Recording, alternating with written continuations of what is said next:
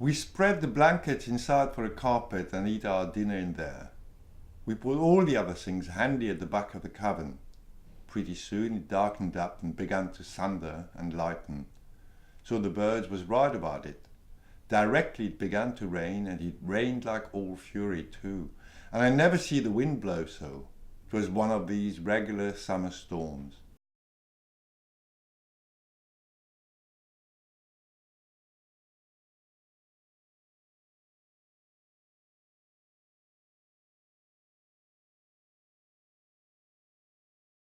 Pendant la seconde lecture ou la troisième lecture de cette traduction, il y a un moment où je me suis aperçu enfin j'ai eu l'impression que je faisais la faute classique du débutant traducteur, c'est-à-dire qu'il y avait des et partout, des et, et. Et en anglais, on sait tous que le and est utilisé bien plus qu'en français.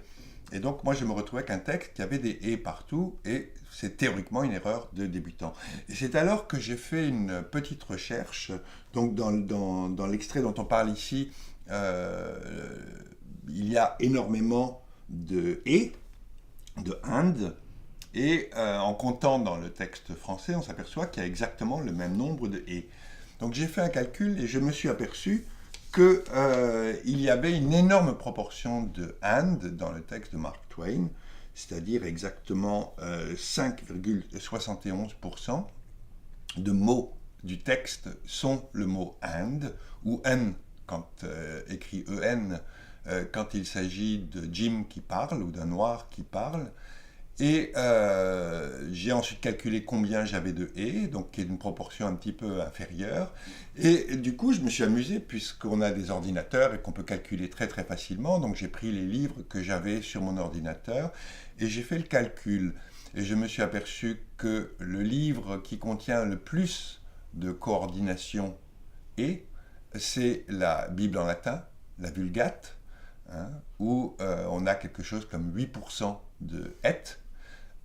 Que ensuite c'est la traduction anglaise, donc la King James et surtout la Bible de Darby, mais la Bible King James, la Bible classique anglaise du début du XVIIe siècle. Ensuite, on se retrouve avec Huckleberry Finn.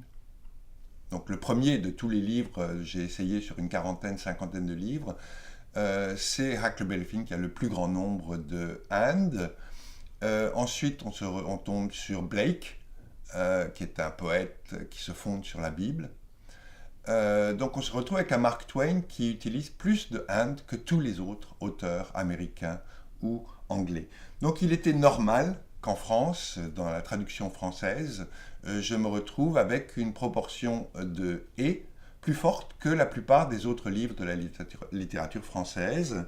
Hein, c'est-à-dire que quelqu'un, par exemple, comme Hemingway, en anglais, a 4,5% de and, et puis quelqu'un comme Melville n'en a que 2,2% dans Israel Potter.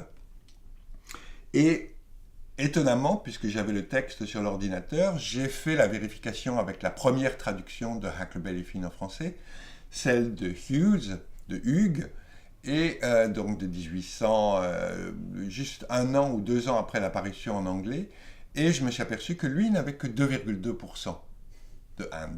Donc on s'aperçoit à quel point faire un premier jet rapide me permet, par exemple, sans vraiment y avoir réfléchi auparavant, d'avoir tous ces et en français qui font partie du texte de Mark Twain, qui font partie de Huckleberry Finn, alors que si j'avais fait une traduction plus pondérée, plus réfléchie, en m'arrêtant un petit peu, j'aurais certainement mis moins de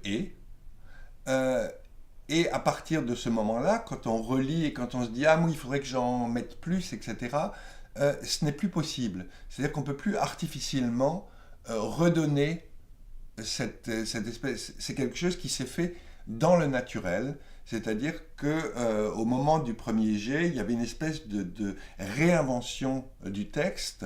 Bon, tout ça avec tous les guillemets possibles parce qu'on fait semblant. On n'est pas évidemment en train d'écrire Huckleberry Finn en français, mais on est porté un petit peu par le rythme de Mark Twain Et d'une façon presque intuitive, ce rythme de Mark Twain parvient, on pense, à rentrer dans la traduction.